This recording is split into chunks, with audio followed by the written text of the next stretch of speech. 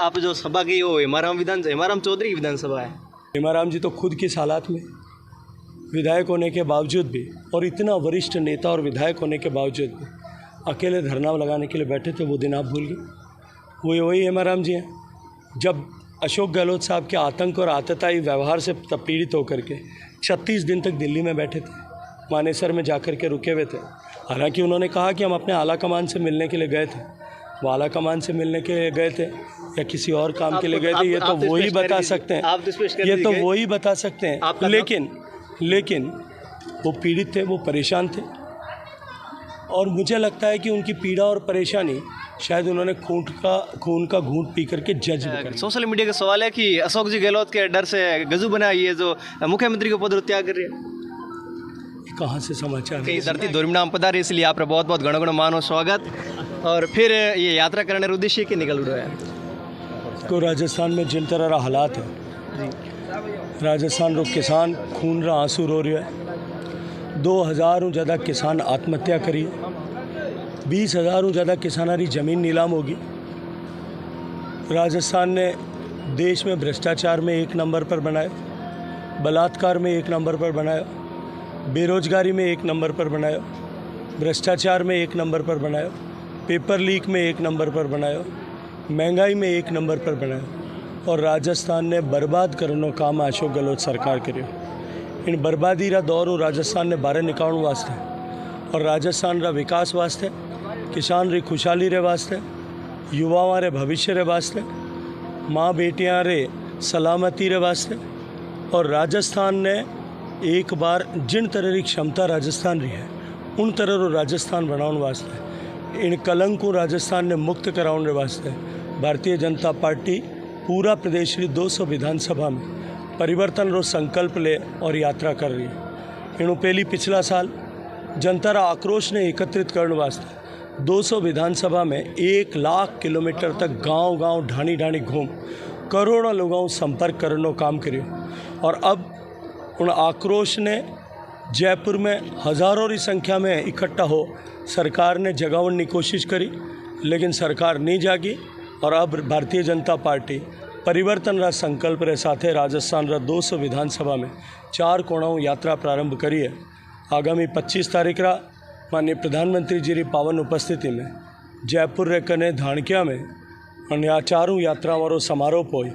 और इन जो परिवर्तन संकल्प री यात्रा री संकल्प री सिद्धि अब की बार राजस्थान में ऐतिहासिक बहुमत रे साथे भारतीय जनता पार्टी की सरकार बनाने हुए आज आलमगीर रे दरबार में आ, इन धोरीमना में आ हज़ार लोगों रे उपस्थिति में आप देखियो होला कि ऊर्जा रे साथे लोग स्व प्रेरणाओं स्वतः स्फूर्त हो रहा है। हज़ारों की संख्या में लोग इकट्ठा हुए। एक विधानसभा में इन्हीं तरह हालात है। खाली शिव में इतना ही लोग आ, जैसलमेर में इनू भी ज़्यादा लोग आ, आज सुबह काले बाड़मेर में भी हज़ारों लोगों की उपस्थिति इन बात रो परिचय है कि राजस्थान रा लोग पीड़ित है, व्यथित है, दुखी है। और ये जो झुंझुना अशोक गहलोत सरकार पकड़ाने की कोशिश कर रही है, इन झुंझुना में अब आवड़ने जनता तैयार नहीं है। राजस्थान की जनता गहलोत साहब रो हिसाब किताब करने वास्ते तैयारी कर रही है। सोशल मीडिया का सवाल है कि अशोक जी गहलोत के डर से गजू बना ये जो मुख्यमंत्री को पद त्याग कर रही है। कहाँ से समाचार कहीं सुना है कि गजू बना मुख्यमंत्री नहीं बनना चाहते? देखो, मैं एक बात आपको बताना चाहती हूँ। मैं जिन संस्कार हुआ, जिन व्यवस्थाओं राजनीति में आया या जो मारो विचार रो परिवार है, उठे व्यक्ति या व्यक्ति रो दायित्व कहीं हो वो चयन वो खुद नहीं करे।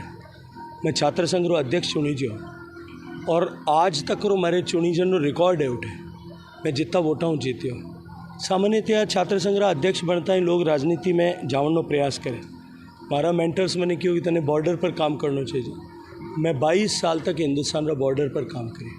मैं भारतीय जनता पार्टी की सीढ़ी भी नहीं चढ़ी। बाद में मैंने बुलार क्यों कि राजनीतिक क्षेत्र में काम करना चाहिए।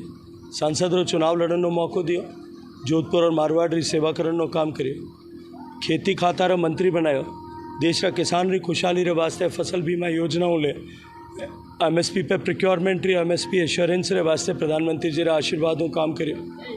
दूसरी बार जोधपुर री जनता आशीर्वाद दियो, पार्टी मौको दियो।